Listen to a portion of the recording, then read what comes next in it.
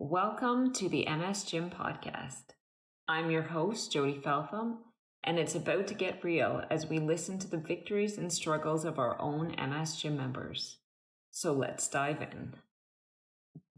Hello, MS Gym family. I'm so glad you could join me again in the new year for another MS Gym podcast. And today I am looking forward to learning more about one of our MS Gymmers, Susannah. So, Susannah, thank you so much for joining us today. Thank you very much for inviting me. It's a delight to be here and meet you properly. Wonderful. And of course, being a podcast and hearing your voice, I can tell that you are from somewhere else in the world. So would you like to share with us where you are from? Yes, I'm from the UK and I live in the northeast of England in Newcastle. Very good. And I guess that's kind of been your home for your life in that area? I was born in Durham, which is about 15 miles away, and then I went down south to university and then I came back up this way. So yes, I know the region very well here, yeah. Oh, very good. Very good. So, Susannah, when did kind of MS show up in your life? How did it kind of interrupt things for you?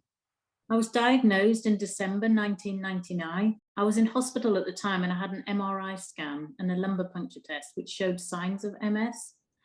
But I'd been unwell in the autumn with a variety of symptoms. So I'd had pain, I'd had tingling, I'd had weight loss, and lots of anxiety. So I was prescribed antidepressants for the anxiety. But following on from this, when I continued to feel unwell, they did some more tests and they showed that I had had glandular fever. So that would have accounted for some of the symptoms. So it was a real muddle of what was going on in my body. It sounds like your diagnosis might have been a bit tricky with all the symptoms you were having. How did your family respond when the news finally came? When I did get diagnosed, I remember telling my family about the diagnosis of MS. And mum and dad gave us some money for Christmas, which we used to go to Mallorca in February for a holiday with our two boys, who were 5 and nearly 1 at the time, because we felt we'd had such a difficult time in the autumn. So we enjoyed those warm temperatures. But it was hard to tell my family about the MS diagnosis. But in a way, we were quite relieved because I had been so unwell in the autumn. All sorts of things had been going through our minds, thinking, oh, what is it this? Is it that? Is it that? And I had just been so unwell. And both sets of parents came to help with the childcare for my two boys, which is fantastic. We couldn't have done it without them. And one of my sisters was nearby and she helped with absolutely everything. And another one had to come and stay with us and she looked after us as well. It really sounds like your family rallied around you during this difficult time. What occupation were you doing before kind of this hit and after? Well, basically, I've taught primary school age children for most of my working life. So I'm teaching 7 and 8-year-olds at the moment, a class of 30. And prior to the MS diagnosis, I was doing that, but then I did have the baby. So the children make every day different, and that makes it special. Mm-hmm. But the job's a lot more challenging than it was when I started doing it in my 20s. But it helps me with my personal confidence because I have a job. And last year I went part-time so that I could concentrate on the MS gym. So that's so important to me. So now I work 2 or 3 days a week, and the other 2 or 3 days in the week, I concentrate on exercising my body and my mind. So you mentioned quite a bit about the MS Gym, and this is the MS Gym podcast. So tell me about how you kind of stumbled upon the MS Gym. Well, I found out about it in July 2017. I was on a holiday with my family and my sister and her family, and we were in the French Alps. We were doing walking and rock climbing, but I was getting a bit frustrated because I couldn't keep up with everybody. So I searched online and I was searching for help with MS, and I saw a video from someone called Trevor. So I did the exercises on the video and I felt much more positive, and it felt like it was just perfect for me. So following on from that, I watched a few videos that were coming out, and then when the MS Gym started, I joined. All right. Now in the members only corner, it's our Facebook group for paid members. I've seen quite a few posts of you doing walking and traveling, obviously in different parts of the UK. What does, you talk about using trekking poles and then doing this hiking through the Alps. Tell us what walking looks like now for you. Like, how do you go about doing your walking practice? or just enjoying walks?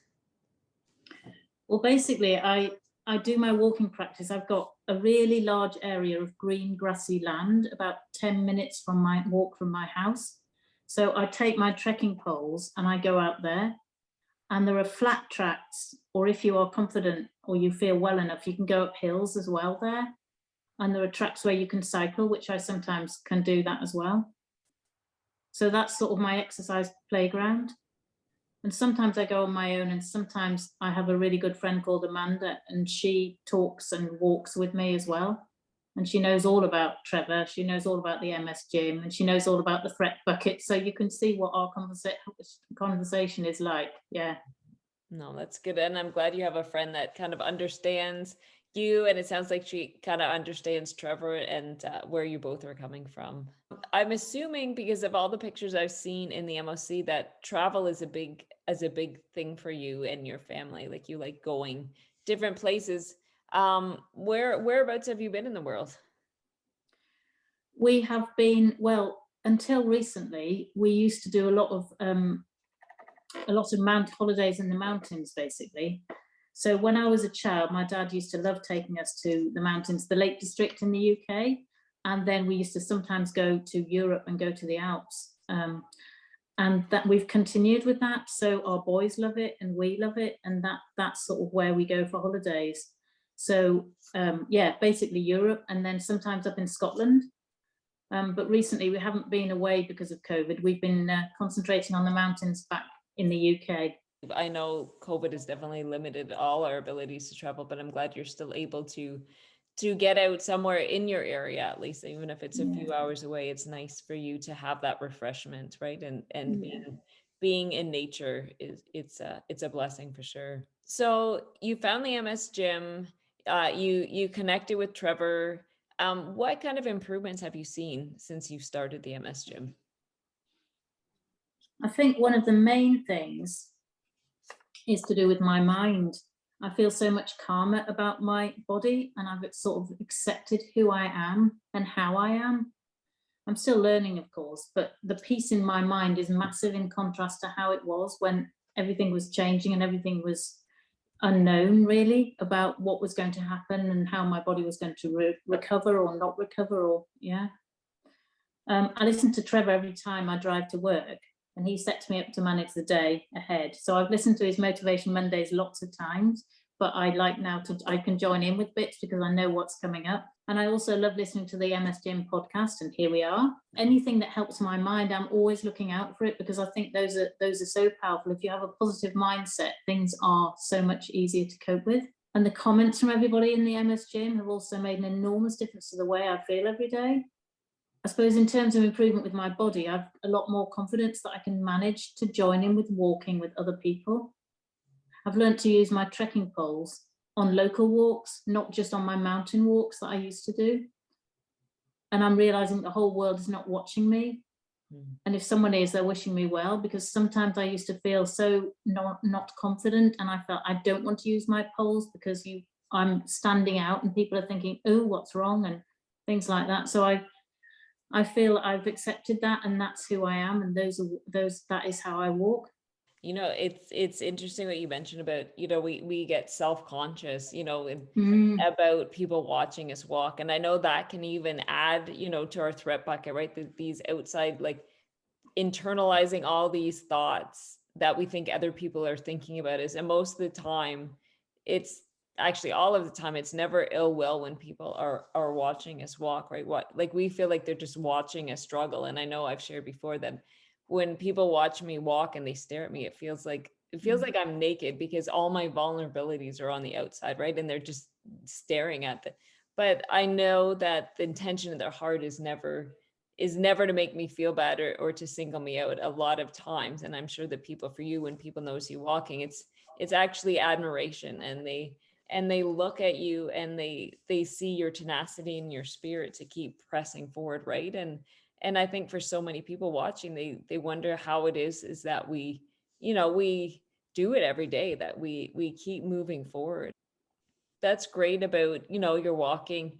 And I'm imagining having the walking poles, it gives you the confidence, but you probably also maybe can walk a little faster or just feel a little more balanced as well. Yes, that's right. And I feel that I can go for longer, so that if I just walk on my own, and then I used to walk with no poles, and I would get to somewhere and think, oh, how do I get back? And it Mm. wasn't big distances, but I got nervous about trying to get home, and what if I trip and all those kinds of things. But now if I take the poles, I know that I can make my way home if I'm on my own or with a friend or whatever. So you're right with the balance, and it also means that yes, I can walk for a bit longer, and I walk and I stop on a bench, and I walk again and stop on a bench, and so I sometimes plan my routes knowing where I can stop and sit, where I can stop and sit, and it means that if I do stop and rest properly, then I can go again.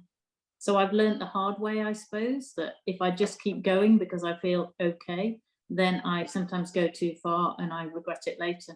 Well, it sounds like you've actually been very smart in it. You've kind of learned from those challenges what you can do to walk for longer and to do better without, increasing your threat, and that fear of being kind of stranded or Mm. falling when you've gone too far. So what kind of goals do you have? You're working hard, you're in the MS gym, you've changed your work schedule so that you can devote more time to exercise and your own healing. What are some of these goals that you want to accomplish, whether mental or physical?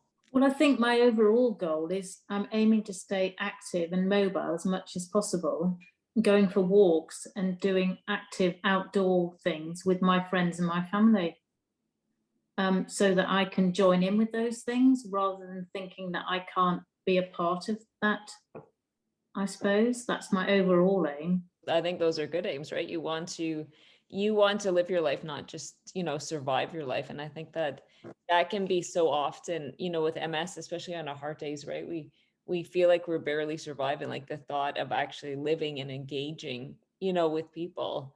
It seems overwhelming, but I think those are wonderful goals, that you want to plug into, other people. Like it sounds like you've got a good rapport with your family, your extended family, and you've got a few close friends that really understand your journey, with MS and the challenges, and they're very much on board and very supportive of you. Can you share what advice you might give to a newly diagnosed, like 30 somethings, because that's very typical, right? Young moms just had Yeah. babies when they're diagnosed. What would you say to someone who's potentially listening to the first podcast and maybe they find themselves exactly where you were in the late 1990s? I would say to them, I'm very pleased for you that the MS gym is here, because it is, and it wasn't there at that time for me. So I felt that anything like that would have been a positive thing that I could have taken hold of. Um, and I also would say to them, I suppose, I am very lucky with my family support and my friends' support.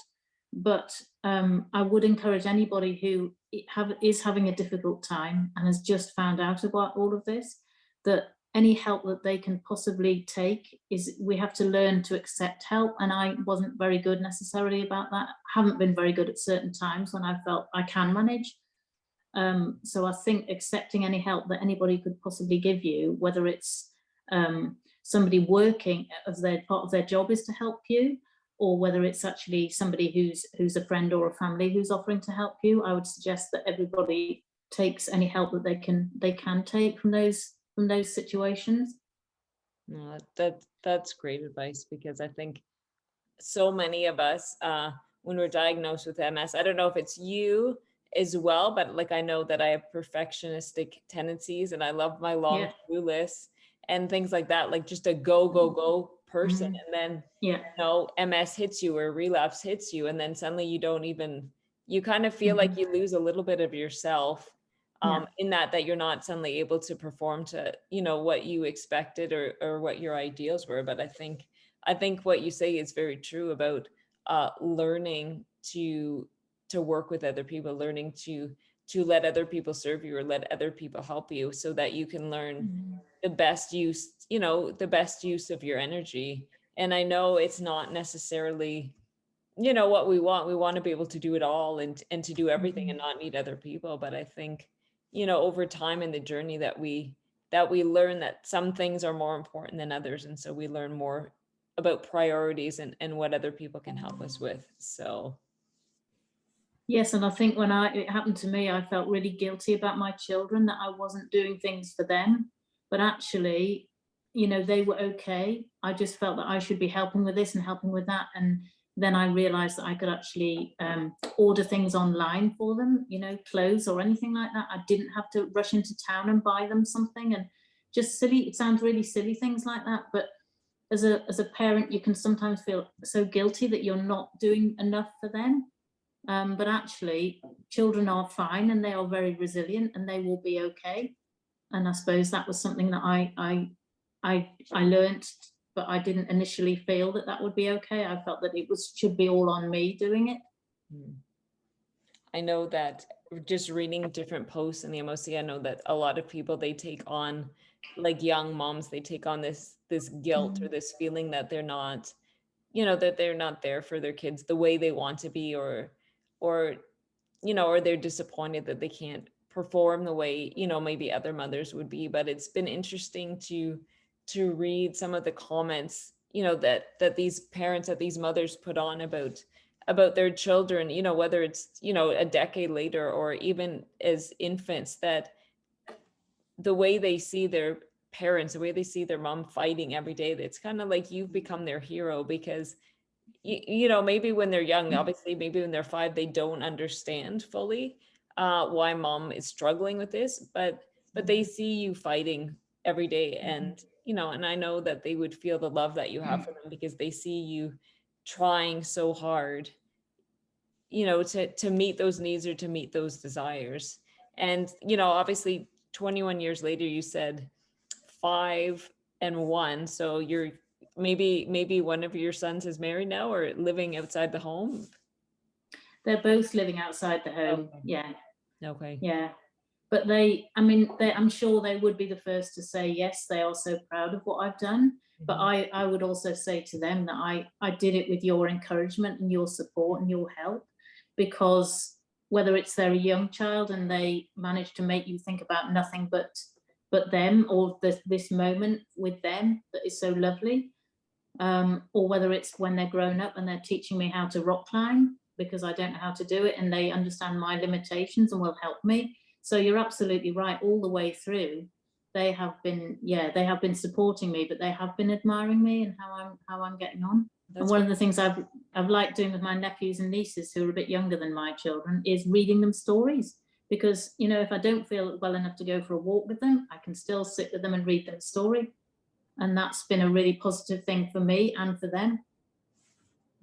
That's great. And so much we think about the physical things we do for people that they feel, but it's just engaging with people and making them feel like they're loved and important, that has the lasting impact, right, on them. It's not, oh, I remember my aunt and she went for a 50-mile hike with me, and it's not that, but they probably would remember, their aunt that sat down and read a story with them or helped decorate something. Like it's that quality time that really does have a great impact on people's lives.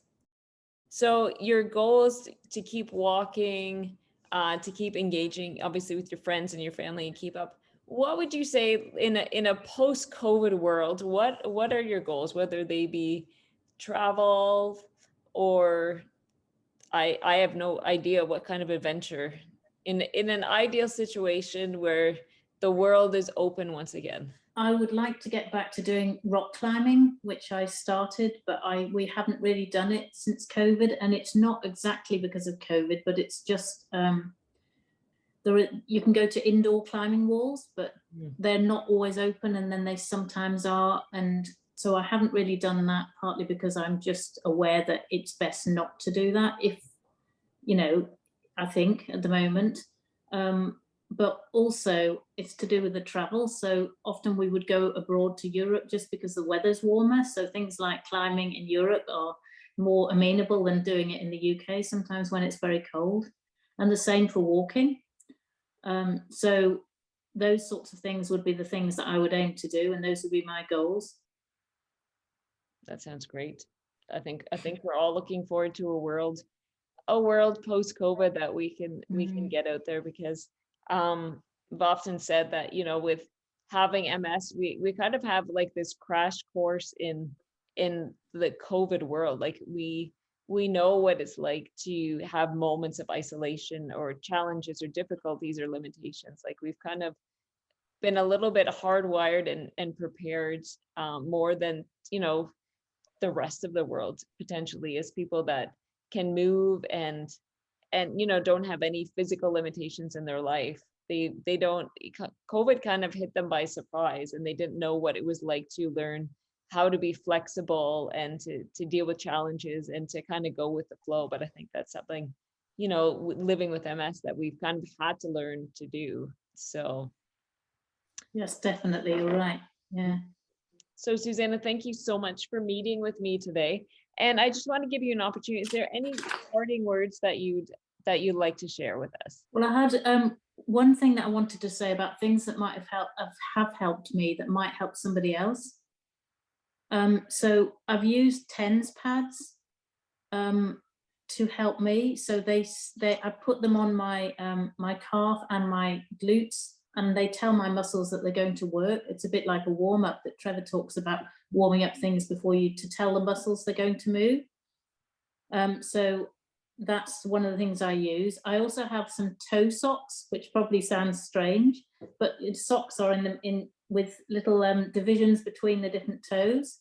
And I just find if I wear those, sometimes they really help my feet to feel grounded, because my toes curl a bit because I have foot drop. So those are two of my main things. And then I do reflexology, which I find is a really good way of balancing my body again. And I just wanted to say to you, really, Jodie, that thinking about your questions has really helped me to go back through my journey. It's been both highs and lows as I've thought about what happened and then what happened and then what happened. But thank you so much for inviting me. And I'm so grateful every day for Trevor and the team and the members of the MS Gym.